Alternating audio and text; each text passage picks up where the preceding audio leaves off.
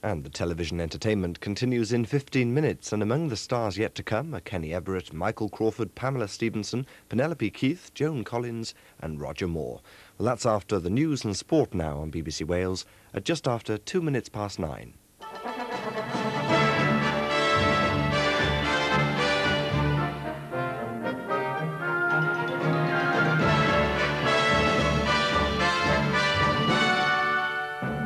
Terry Waite, cautiously optimistic tonight about a deal to free the Beirut hostages.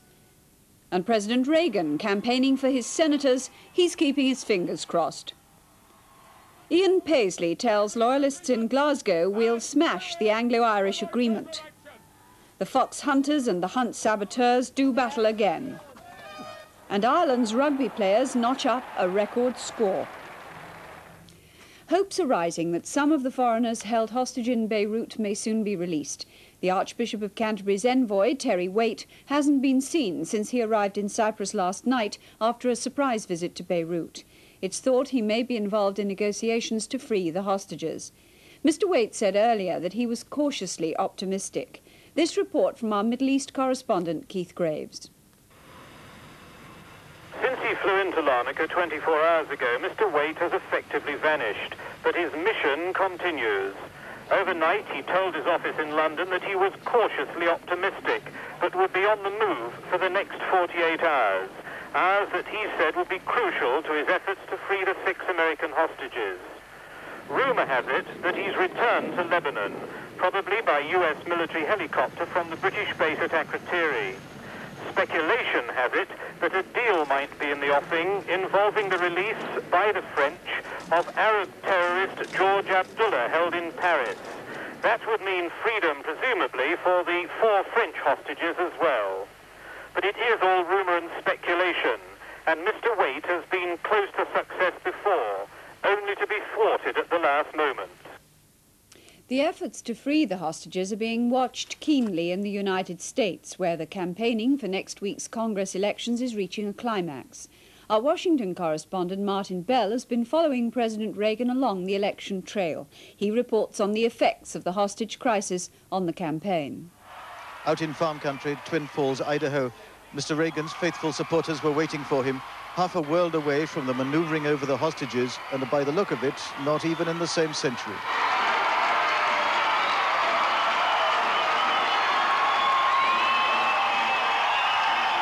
Mr. Reagan was campaigning for another of his embattled Republican candidates. The holding of American hostages is not an issue that's damaging him as it did his immediate predecessor, and his personal popularity has never been higher. If the hostages were out, they'd really be celebrating. The Americans have refused to negotiate, but they know what's going on and are urging caution. I hope it's true. We'll pray that it's true. We'll work to make it true. But I will not feel very comfortable until they're here in the United States. And Mr. Reagan's only comment, leaving Idaho? He's now in California on the final stop of his final campaign swing. The release of the hostages, if it happens, would be an extraordinary political bonus for him. But he's always been a lucky politician, and it could provide the vital margin between victory and defeat. In Argentina, police have increased security at buildings housing British companies or with a British connection. It follows a violent protest in Buenos Aires yesterday against Britain's announcement of a 200-mile fishing zone around the Falklands. The Argentine government has sent Britain a formal protest note about the new fisheries limit, claiming it could increase tension in the area. The Foreign Secretary, Sir Geoffrey Howe, who announced the new zone earlier this week, said it was needed to counter overfishing around the islands. The Reverend Ian Paisley has told a Loyalists' rally in Glasgow that the Anglo-Irish agreement would be smashed. More than 14,000 Loyalists had earlier marched through the city in a demonstration organised by the Orange Order in Scotland. It coincided with a football match involving Rangers and Celtic, but there were no reports of serious trouble. There had been attempts to have today's rally banned. Many in Glasgow feared that it could inflame sectarian feelings in a city where religious differences have often resulted in violence. Tension was heightened by the fact that the rally was taking place just a few hours before a Rangers and Celtic football match, a traditional focus for sectarianism. 14,000 Orangemen, mostly from the west of Scotland, converged on Glasgow Green, where the Reverend Ian Paisley emphasised the historic links between Ulster and Scotland and asked their support to defeat the Anglo-Irish agreement. Our ties go back to the dim and distant past. We are one people, not two people. We will smash this Anglo-Irish agreement and bury it without resurrection. The police maintained a big presence in Glasgow, but a spokesman said later that the day had passed off without any major incident. In Dublin, delegates to the annual conference of Sinn Féin, the political wing of the IRA, have been hearing why the party leadership wants to change its electoral strategy. The Sinn Féin president, Gerry Adams, wants to end the party's long-standing abstention from the Dáil, the Irish Parliament, and he's been appealing to traditional elements within the Republican movement not to break from the party over the issue. Sinn Féin delegates were told early on that a decision to take seats in the Irish Parliament was the most important task facing them. Their northern leaders have worked for months preparing the ground for this policy change and believe they've convinced most Republicans to abandon what they've termed the political wilderness. Outside, special branch detectives sat noting names and faces. It's their annual stakeout when the political wing of the IRA gathers. But Rory O'Brody, a former Sinn Féin president, leads the dissenters who argue that true Republicans cannot recognise the Dublin government. Inside the hall, the delegates were beginning the foot-stomping and applause, first for a representative of the Spanish terrorist group ETA. Then a Sinn Féin girl released from prison after serving a 10-year sentence, and finally for the president, Gerry Adams, insisting his party would survive the abstentionist debate. There is going to be no split in Sinn Féin on this issue or on any other issue. Some comrades may decide to leave us. Perhaps they have already decided to do so.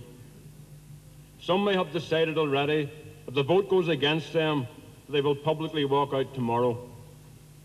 This is a wrong course of action for anyone to take. The debate tomorrow will be long and bitter, and if the Adams camp carries the day, there's almost bound to be a walkout by older, traditional Sinn Féiners. A cloud of non-toxic chemical gas 10 miles long is drifting across West Germany after a fire at a Swiss factory storing agricultural chemicals.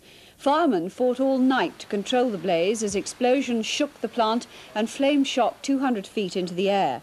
As gas spread from the plant, a fireman was taken to hospital and 500,000 people were warned to stay indoors. Although the gas caused irritated eyes and sore throats, it wasn't dangerous. But chemicals from the plant drained into the Rhine and Basel was given an emergency water supply.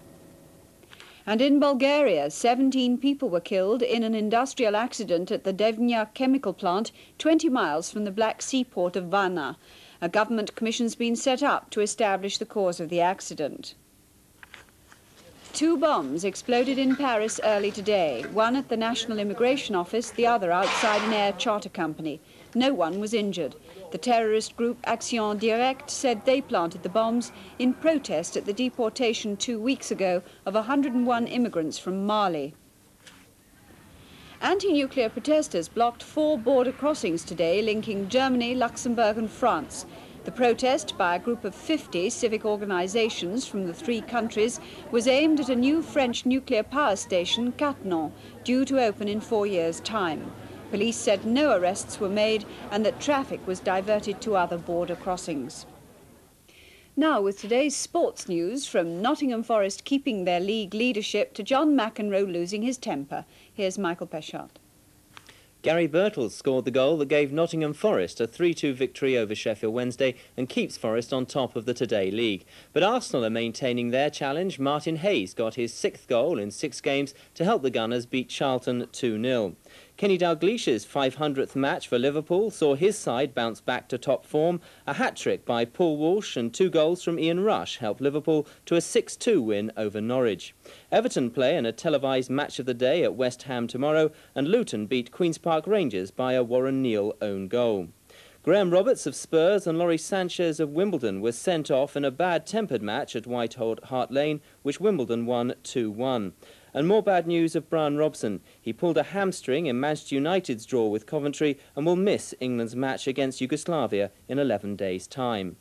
In Scotland, goals from Brian McClare and Ali McCoist meant that Celtic drew with Rangers. Dundee United beat St Mirren to go level on points with Celtic. And Hearts are no nearer catching the leaders after drawing 1-1 with Hibernian. Ireland's rugby union players set a world record for an international victory when they beat Romania by 60 points to 0 at Lansdowne Road. The Romanians have beaten France, Scotland and Wales in recent years, but they had no answer today as the Irish ran in 10 tries.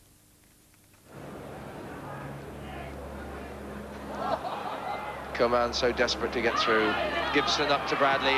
Crossan going for his hat-trick and going perhaps for a world record in international rugby for Ireland if they hold it at that score. It's 46-0. The crowd's thirst still not assuaged. Des Fitzgerald cut it on by Mullen. McNeil, Dean through. Dean for the 50-point mark. He deserved it. The hand of Dumitrash in the way. Doja, Tufan, fullback Hodorka, Nastasi. It's Dean again. It's under the posts, and it's 10 tries by Ireland. England's cricketers have made a fine recovery in their match against South Australia at Adelaide to take a first innings lead. After Broad, Athey and Gatting had gone cheaply, James Whittaker scored 108 on his first-class debut in Australia. Alan Lamb also scored a century, and a robust 70 from Ian Botham off 62 balls helped England to a close-of-play lead of 77 with 2 wickets and 2 days in hand. Adrian Morehouse helped to lift British swimming spirits at Darlington despite a heavy international defeat by the United States. He won the 100 metres breaststroke by a convincing margin. He is about 2 metres ahead now. He is swimming brilliantly in the great tradition of British breaststrokers. Adrian Morehouse, the second place is going to be quite a battle, but Morehouse gets it. Who's going to get the second touch? And the second touch went to Rich Corehammer, with Nick Gunningham of Great Britain getting the 3rd place. But Rich Corehammer of the United States finishing 2nd. Adrian Morehouse, though, he is the winner. Britain's Anne Hobbs lost in 3 sets to the American Bonnie Gajusek in the final session of the Whiteman Cup Tennis International. And Jo Jury lost both her matches, singles and doubles. This gave America a 7-0 victory, the first whitewash in this country for 32 years. John McEnroe dropped out of the Paris Open yesterday, losing a quarter-final and his temper. He was beaten 6-3, 7-6 by the relatively unknown Spaniard Sergio Casal. After the match, McEnroe turned on the British umpire Jeremy Shales. I'm going to start looking for another job. If I have any power in this game, you're never working on a court again. You understand me? You're pathetic, you know that? You are the worst umpire that I've ever seen in my life. You're never going to work another match if I have any mistakes. McEnroe was fined £2,000 and faces 3 weeks suspension. The hunting community have resumed battle with the fox and with the hunt saboteurs. At today's Barclay Hunt meet in Gloucestershire, the first of the season, there were scuffles but no arrests. Shouting comments like murderers and scum, about 100 members of the Hunt Saboteurs Association turned up at the Barclay Kennels to cause as much disruption as they could on the opening day of the fox hunting season. The saboteurs had been out since dawn, opening up dens filled in by huntsmen and laying false trails. The protesters, who claim a policy of non-violence, were in determined mood. What we do is to take direct action. We don't like to sit around and wait for the day when hunting is banned, although we do campaign for that. Our aim is to stop hunting and killing now, and we use non-violent direct action methods to do that. They don't understand the countryside. I think they're anti-people rather than pro-animals. And if fox hunting and other forms of hunting were abolished, there'd be a lot more cruelty, believe you me. Today, the hunt won the first victory. While the saboteurs demonstrated in front of the kennels, the hounds were taken out the back way. And so the Barclay Hunt spent the opening day of the season playing as much a game of hide-and-seek with the saboteurs as were the foxes trying to with them. And that's all the news and sport tonight. From Michael and me, good night.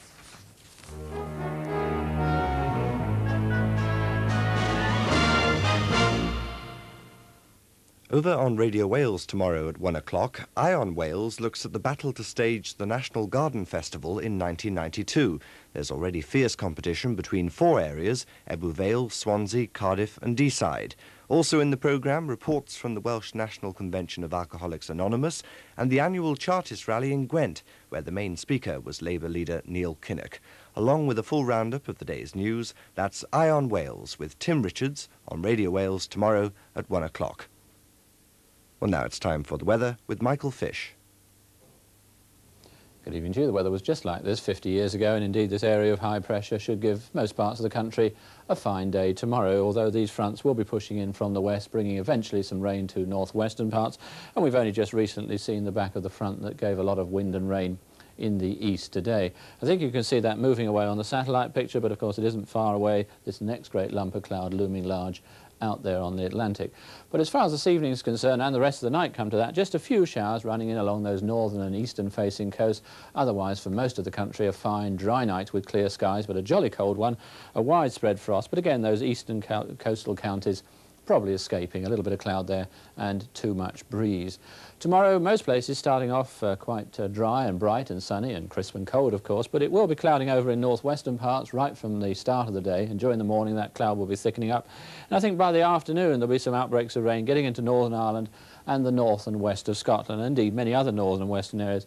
You'll lose your sunshine, but it'll stay quite bright and sunny until the end of the day in the southeastern part of England. Now, temperatures still on the low side for the time of year, around 10 Celsius or so, which is 50 Fahrenheit, but I think with the sunshine and the fact that the wind's going to ease off, it will feel a little bit warmer.